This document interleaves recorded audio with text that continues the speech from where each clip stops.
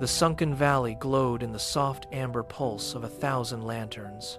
Every dragon in the valley watched the center stone. It was time for the lighting, and Brasinia stood at the peak, his claws gripping the cold rock.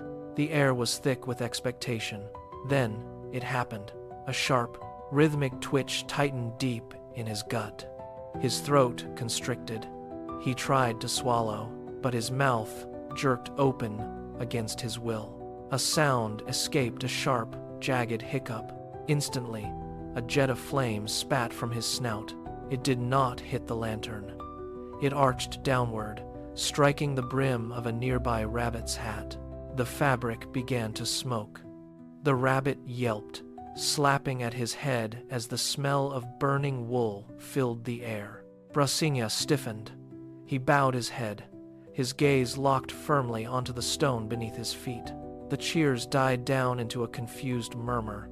He felt the heat radiating from his own chest, not from his fire, but from the weight of every eye in the valley turned toward his failure. He was meant to be the light of the festival, yet he had become its greatest hazard.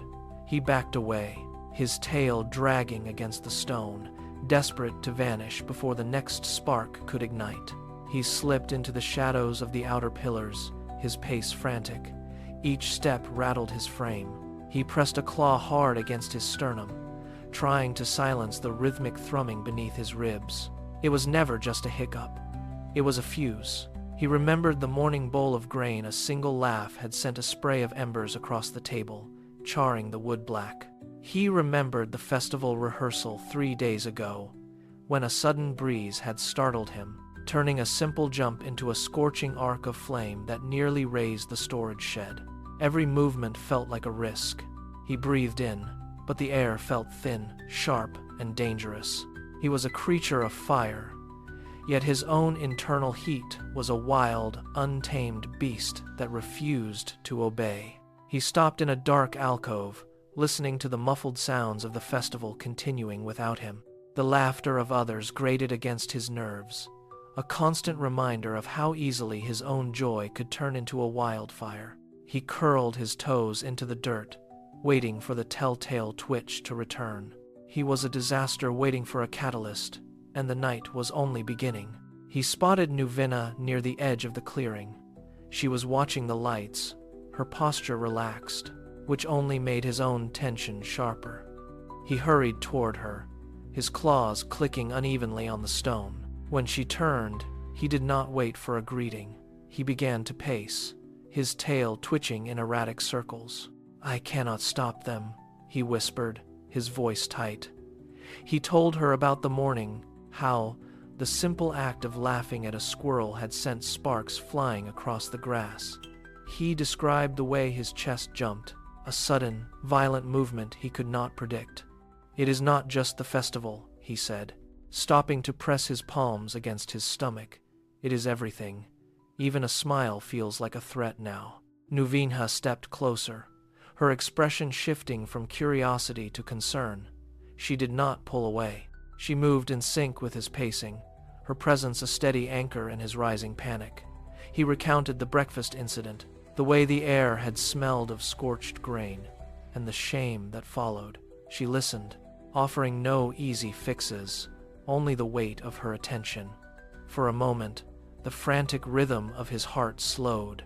He was not alone in his fear, and that shared silence gave him the strength to face the next step. The journey to the cave was silent, his mind racing with the memory of every spark. Grandma Flammis sat amidst a clutter of parchment, her eyes sharp as she looked up. Brasinia did not wait to explain. He gestured to his chest, his breath shallow. She hummed, a low sound that vibrated through the stone floor. She beckoned him closer. "It is not a curse," she said, tapping a point just below his throat. "It is the finello."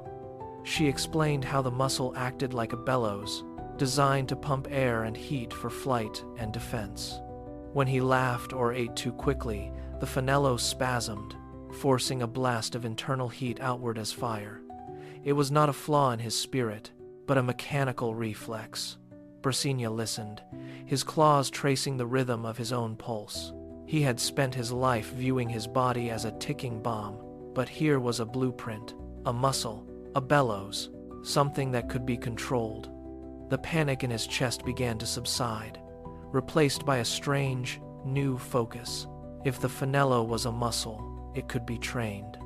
He looked at his claws, then back at the scrolls, seeing them not as ancient mysteries, but as instructions for his own internal machinery.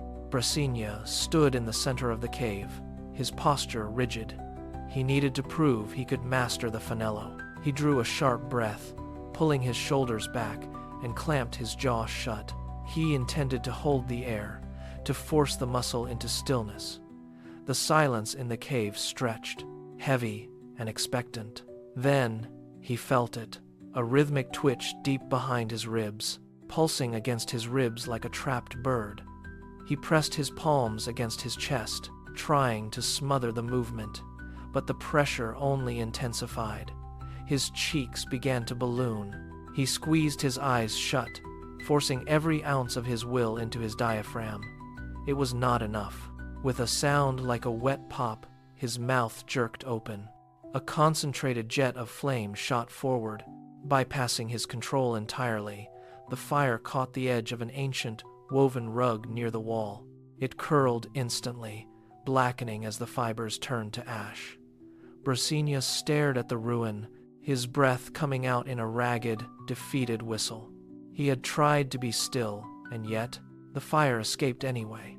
The weight of his failure settled in his gut, heavier than the hiccup itself. Cascudo, the armadillo, scurried toward him, his claws clicking against the stone floor. He stopped directly in front of Brasinia, his nose twitching. "I know how to stop them," Cascudo squeaked, his voice sharp and sudden. He dropped to his back, rolled with a loud thump, and leaped up with a high-pitched shriek. He lunged at Brasinia, arms wide, teeth bared in a theatrical display. The unexpected movement hit Brasinia like a physical blow. His heart leaped against his ribs, and the Finello spasmed violently. There was no time to hold his breath. A jet of flame blasted from his throat, wider and hotter than before. It swept across the nearby table, catching a stack of woven fruit baskets.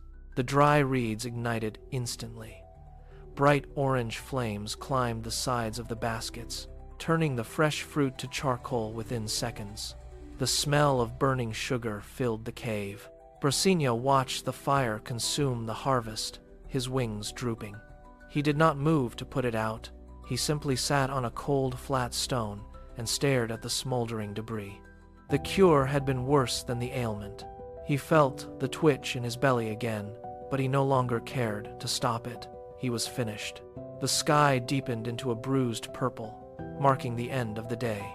Across the sunken valley, the chatter of the crowd died down, replaced by the shuffling of feet against dry earth. Thousands of eyes turned toward the center stone. Brasinia walked through the gathering, his claws clicking rhythmically against the path. He did not look at the faces of his neighbors. He reached the base of the stone pedestal and began the climb. The stone was cold and slick under his touch. Each step felt heavier than the last, his muscles straining against the incline.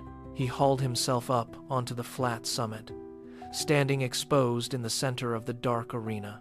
The silence of the valley was absolute, a heavy blanket of expectation that pressed against his scales. He stood still, his wings tucked tight. Then, it happened. A faint pulse began deep in his abdomen. It was the same rhythm, the same sharp, involuntary jump of the muscle he had fought all day. The twitch traveled up his throat, a familiar, stinging sensation. He stood frozen on the pedestal, the air around him suddenly feeling far too thin. As the internal pressure began to build once more, the pressure in his chest surged, a rhythmic thumping against his ribs. His heart hammered like a trapped bird. The hiccup clawed at his throat, a jagged, hot sensation that demanded release. His mouth jerked open, his jaw trembling under the force of the spasm. Every instinct screamed at him to jump from the pedestal and hide in the shadows of the trees. He took a half step back, his claws scraping against the stone. Then, he stopped. He forced his feet to stay rooted to the cold rock. He shut his eyes tight, blocking out the sea of watching eyes. He drew a long, slow breath through his nose, dragging the cool night air deep into his lungs. He held it.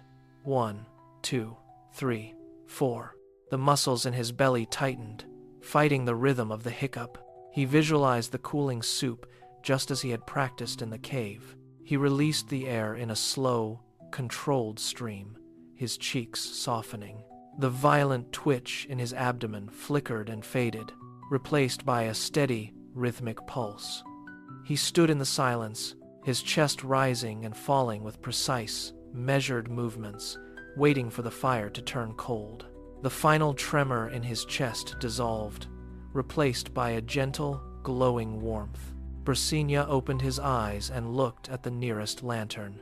He felt the familiar hiccup rise again, but this time he guided it. He breathed out with a soft, focused hiss. A tiny, golden spark escaped his lips, drifting lazily through the air until it touched the wick. The lantern flared to life, casting a warm glow across the pedestal. A ripple of sound moved through the crowd below. He did not rush. He stepped down from the stone and moved to the next lantern, his movements deliberate and slow. Another hiccup threatened, but he inhaled, held, and exhaled, turning the spike of energy into a floating ember. It landed perfectly on the next wick. One by one, the lanterns ignited as he passed. He felt the rhythmic twitch in his belly, not as a threat, but as a source of steady, controlled power. He navigated the rows of lanterns, his tail trailing behind him as each spark hit its mark. The valley began to fill with light, gold chasing away the dark. The last lantern caught the spark, blooming into a steady flame that joined the others in a sea of gold. Brasinia stood at the edge of the final row, the warmth of the fire reflecting in his eyes. The entire valley glowed, the shadows pushed back to the very roots of the trees. For a moment, the world was perfectly still. Then, a roar of cheers erupted from the crowd. He looked down and saw his friends, their faces bright with excitement. He felt a final, tiny twitch in his belly, but it was nothing more than a hum of energy. He did not need to hide it. He did not need to suppress it. He exhaled a small, shimmering puff of smoke that danced in the lantern light. He lifted his head, chin high, and let his tail sweep across the grass. The weight of his own fear had vanished, replaced by the rhythm of his own pulse. He was no longer the dragon who caused disasters. He was the one who brought the light. He looked out over the valley, smiling, finally standing tall as the festival continued into the night.